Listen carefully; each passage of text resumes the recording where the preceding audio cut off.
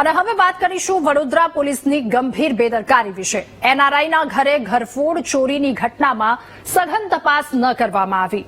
ચોર ટોળકી $4800 અને 7 તોલા દાગીના સહિતની ચોરી કરી હતી। પોલીસે ડોલર અને દાગીનાની કિંમત સામાન્ય ગણાવતા એનઆરઆઈ વ્યક્તિ રોષે ભરાયા હતા। 25 લાખની ચોરીની સામે 1.53 લાખની ચોરીની ફરિયાદ નોંધાવવામાં આવી। ઘટનાના 4 દિવસ પછી તેને ફિંગરપ્રિન્ટ ડોગ સ્ક્વોડની તપાસ પણ તેમના દ્વારા નથી કરવામાં આવી। પોલીસની કામગીરીથી રોષે ભરાયેલા એનઆરઆઈએ એમડીસીમાં રજૂઆત કરી છે। એમડીસીમાં ફરિયાદ પછી પોલીસ એનઆરઆઈના ઘરે દોડી આવી। જેસીપી ડીસીપી સહિતના અધિકારીઓ સ્થળ પર પહોંચ્યા અને મુલાકાત તેમના દ્વારા લેવામાં આવી। ત્યારે પોલીસે હવે નવેસરથી ફરિયાદ નોંધી આ ઘટના અંગે કાર્યવાહી કરશે। ફરિયાદીને પડેલી અગવડતાને દૂર કરવા માટે પોલીસ દ્વારા હવે પ્રયત્ન કરવામાં આવશે।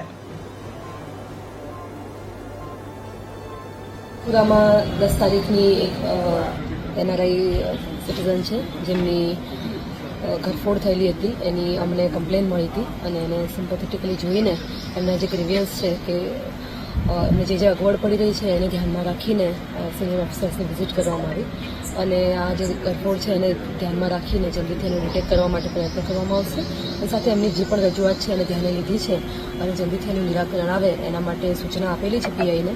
સાથે સાથે તપાસ છે ક્રાઇમ બ્રાન્ચ એગ્રેસિવલી એને પરસ્યુ કરીને ડિટેક્ટ કરવાનું એ કરશે અને બાકીના જે ઇસ્યુઝ છે એને પણ સોર્ટ આઉટ કરશે। અત્યારે હાલમાં જે આ ચોરીના બનાવો બની રહ્યા છે એને ધ્યાનમાં રાખીને અમે એક કોમ્બિંગ સતત 2 દિવસથી ચાલુ કર્યું છે જેમાં ઝોન 3 અને ઝોન 4ની ટીમ્સ દ્વારા અલગ અલગ વિસ્તારોમાં કોમ્બિંગ કરવામાં આવી રહ્યું છે।